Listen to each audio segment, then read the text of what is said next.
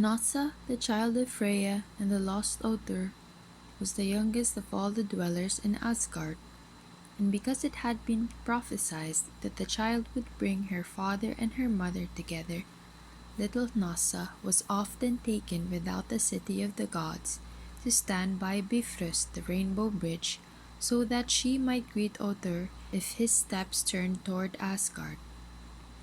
In all palaces of the city of the gods, little Hnossa was made welcome.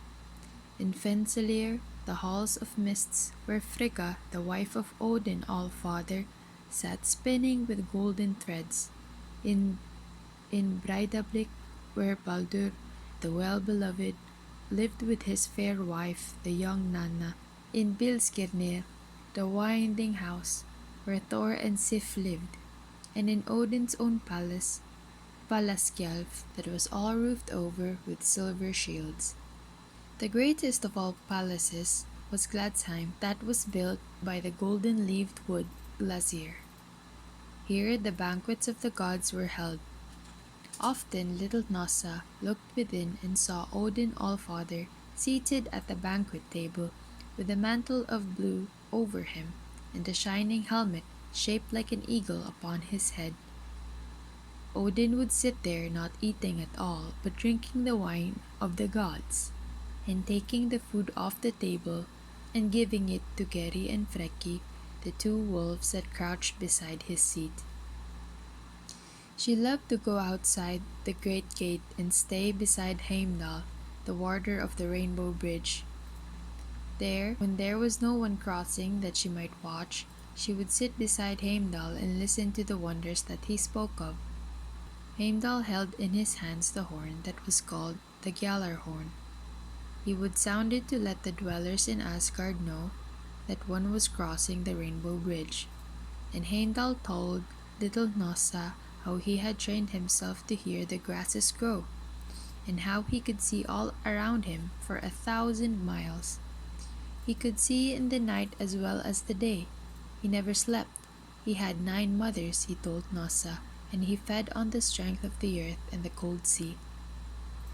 As she sat beside him day after day, Heimdall would tell little Hnossa how all things began. He had lived from the beginning of time, and he knew all things. Before Asgard was built, he said, and before Odin lived, earth and sea and sky were all mixed together.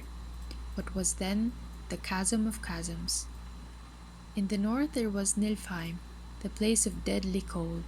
In the south there was Muspelheim. In Nilfheim there was a cauldron called Vigilmir that poured out 12 rivers that flowed into the chasm of chasms. Ginnungagap, the chasm of chasms, filled up with ice, for the waters of the rivers froze as they poured into it. From Muspelheim came clouds of fire that turned the ice into thick mists. The mists fell down again in drops of dew, and from these drops were formed Ymir, the ancient giant. Ymir, the ancient giant, traveled along by the 12 rivers until he came to where another living form was standing in the mists. This was a giant cow. Audhumla was the name of that cow. Ymir laid down beside her and drank her milk, and on the milk she gave him he lived. Other beings were formed out of the dew that fell on the ground. They were the daughters of the frost, and Ymir the ancient giant married one, and their children were the giants. One day Ymir saw Audhumla breathe upon a cliff of ice and lick with her tongue the place she breathed on. As her tongue went over and over the place, he saw that a figure was being formed. It was not like a giant's form.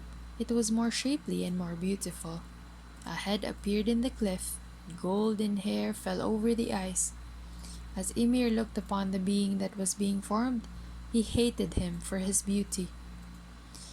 Audhumla, the giant cow, went on licking the place where she had breathed. At last a man completely formed stepped from the cliff. Ymir, the ancient giant, hated him so much that he would have slain him then and there. But he knew that if he did this, Audhumla would feed him no more with her milk. Bur was the name of the man who was formed in the ice cliff. Bur, the first of the heroes. He too lived on the milk of Audhumla. He married a daughter of the ancient giant, and he had a son. But Ymir and Ymir's sons hated Bur, and the time came at last when they were able to kill him. And now there was war between Ymir and Ymir's sons, and the son and sons' sons of Bur. Odin was the son of Bur's son. Odin brought all his brothers together, and they were able to destroy Ymir and all his brood, except one. So huge was Ymir that when he was slain his blood poured out in such a mighty flood that his sons were all drowned in it, all except Bergelmir, who was in a boat with his wife when the flood came, and who floated away on the flood to the place that we now call Jotunheim, the realm of the giants. Now Odin and his sons took the body of Ymir, the vastest body that ever was, and they flung it into the chasm of chasms, filling up all the hollow places with it. They dug the bones out of the body, and they piled them up as the mountains. They took the teeth out, and they made them into the rocks. They took the hair of Ymir, and made it into the forest of trees.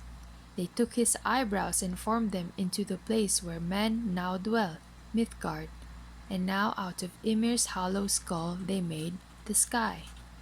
And Odin and his sons and brothers did more than this.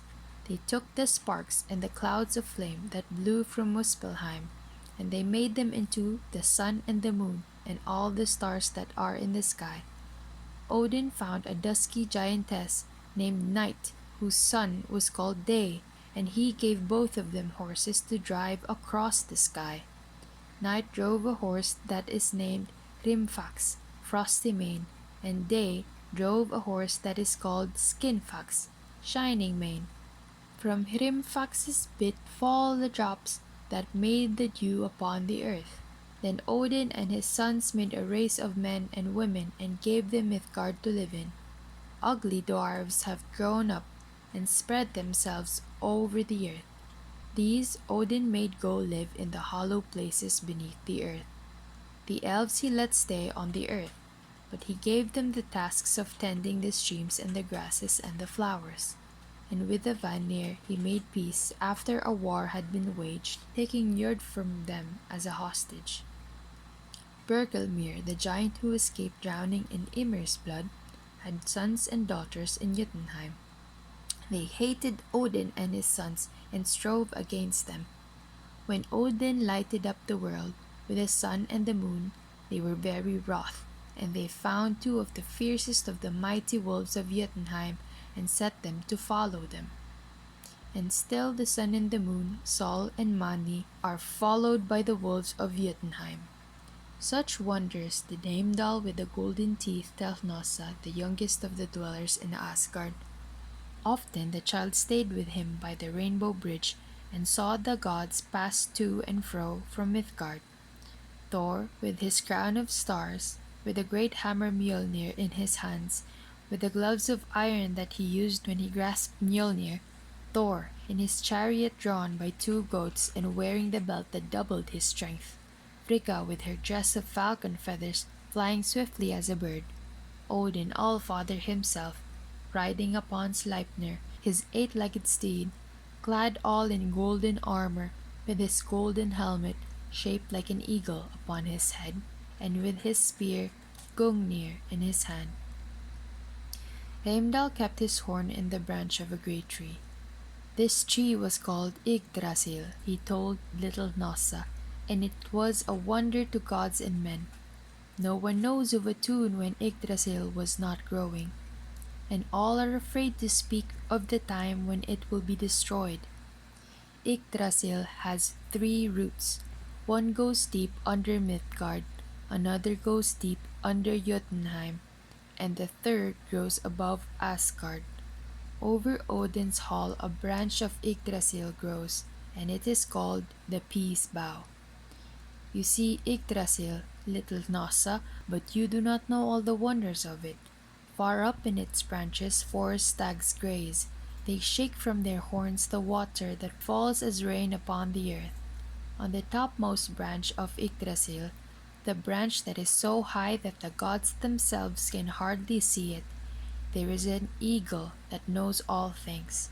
Upon the beak of this eagle a hawk is perched, a hawk that sees what the eyes of the eagle may not see. The root of Yggdrasil that is in Midgard goes deep down to the place of the dead.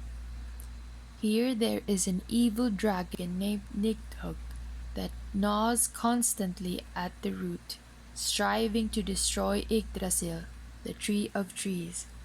And Ratatosk, the squirrel of mischief, behold him now, runs up and down Yggdrasil, making trouble between the eagle above and the dragon below. He goes to tell the dragon how the eagle is bent upon tearing him to pieces, and he goes back to tell the eagle how the dragon plans to devour him. The stories that he brings to Nidhogg made that evil dragon more fierce to destroy Yggdrasil, the tree of trees, so that he may come upon the eagle and devour him. There are two wells by the roots of Yggdrasil, and one is above and one is below. One is beside the root that grows in Jotunheim. This is a well of knowledge, and it is guarded by old Mimir the wise. Whoever drinks out of this well knows of all things that will come to be. The other well is by the root that grows above Asgard. No one may drink out of this well. The three sisters that are the holy Norns guard it, and they take the white water from it to water Yggdrasil, that the tree of life may keep green and strong. This well, little Hnossa, is called Urda's well. And little Hnossa heard that by Urda's well there were two beautiful white swans. They made a music that the dwellers in Asgard often heard, but Hnossa was too young to hear the music that was made by the swans of Urda's well.